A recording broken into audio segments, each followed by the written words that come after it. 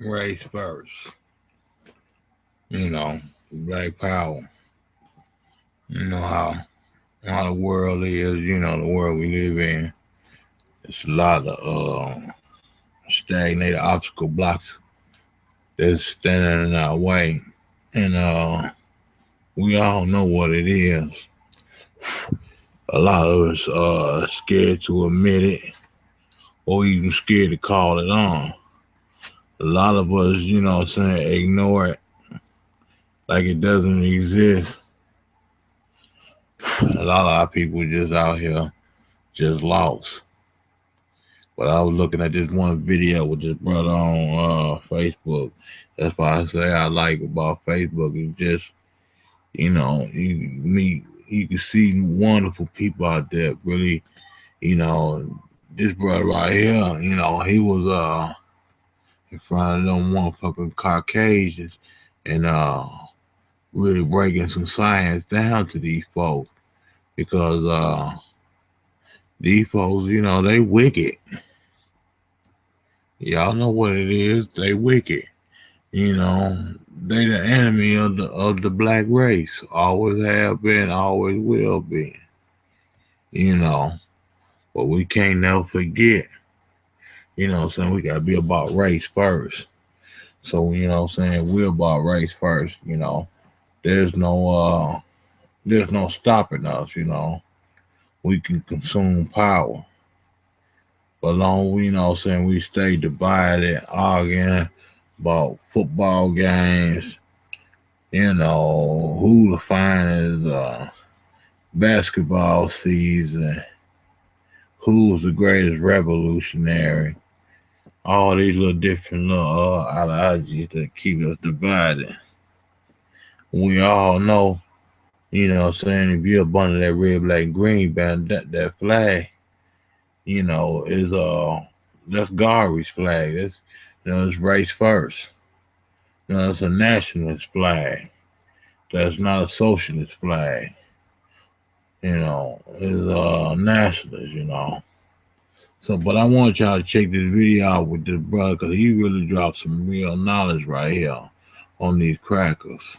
That are supposed to keep us safe. I'm not here to tell half truths. I am not safe.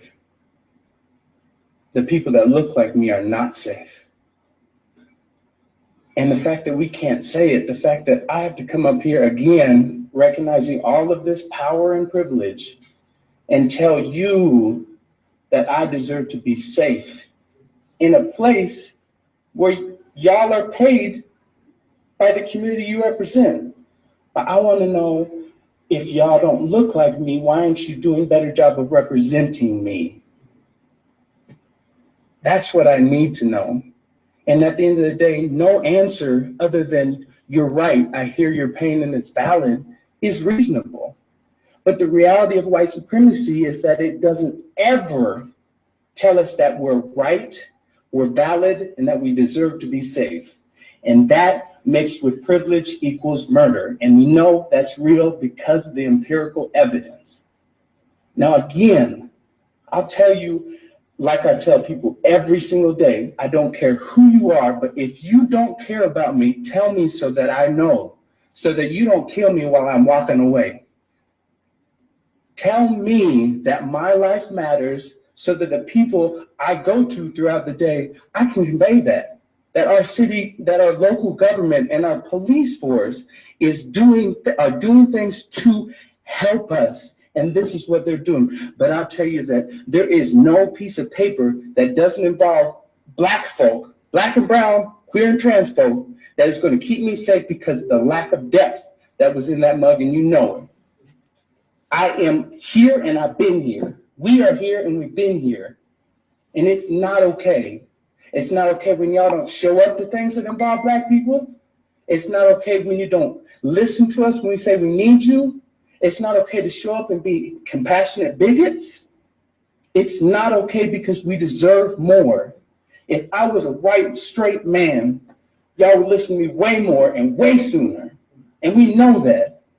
But I'm not, and I'm scary, and I got brains, and I got muscles. So y'all are more likely to call the police on me than to listen to me. I'm dying. Do you hear me say I'm dying? I get death threats. I'm dying. We're dying. But we can't say Black Lives Matter. The city commission should be the first people to say that since we value diversity and justice, this is why we're releasing statements that say Black Lives Matter, and we'll do it every day because every hashtag that I see kills me more and it gets closer to Lawrence. But let's not get it twisted. It's always been here. We got to talk about Tiger Dowdell, right? Let's talk about some real history. This is not a game to me, and this is not an educational session. Y'all are the city commission. You are the police chief. And I shouldn't be the one teaching y'all. I shouldn't be the one teaching y'all about marginalization or oppression throughout all the intersections. Just because it wasn't taught in the schools that we grew up in doesn't mean that we should never learn about it. I'm going to tell y'all every time that I see you that I am willing to do anything to keep people safe, anything, for any of y'all or anybody I care about. But the fact that I have to come up here and say, please don't kill me, please stop perpetuating systems of white supremacy and racism and things that snuff us out and make us leave this community, it's unacceptable, it's hurtful, and it's very, very real. And so until y'all can make statements, say that racism, systemic racism and white supremacy lives here, and it's in the police department, and it's in the city commission, it's everywhere, because y'all can't run from racism. That's the way the society is built, on the backs of people. If we can't say things like indigenous populations matter, standing with Standing Rock, we haven't heard anything about that. The pipeline, y'all, this is why intersectionality matters, and this is why representation has to happen. I'm done with it. No more half-truths. Talk about real things. Don't show us graphs that don't have any data. Don't show me that stuff. That don't save me. Radical prioritization says we should talk about people first. Data don't save my life. Because y'all don't even want to check the data on racial profiling. We need to be more invested, and we need it now. And we are not going anywhere. Black Lives Matter. That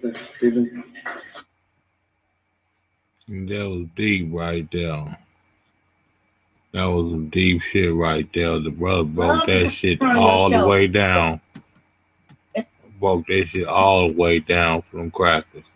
So you be a little bit more compassionate and less accusatory and ridiculous. I couldn't.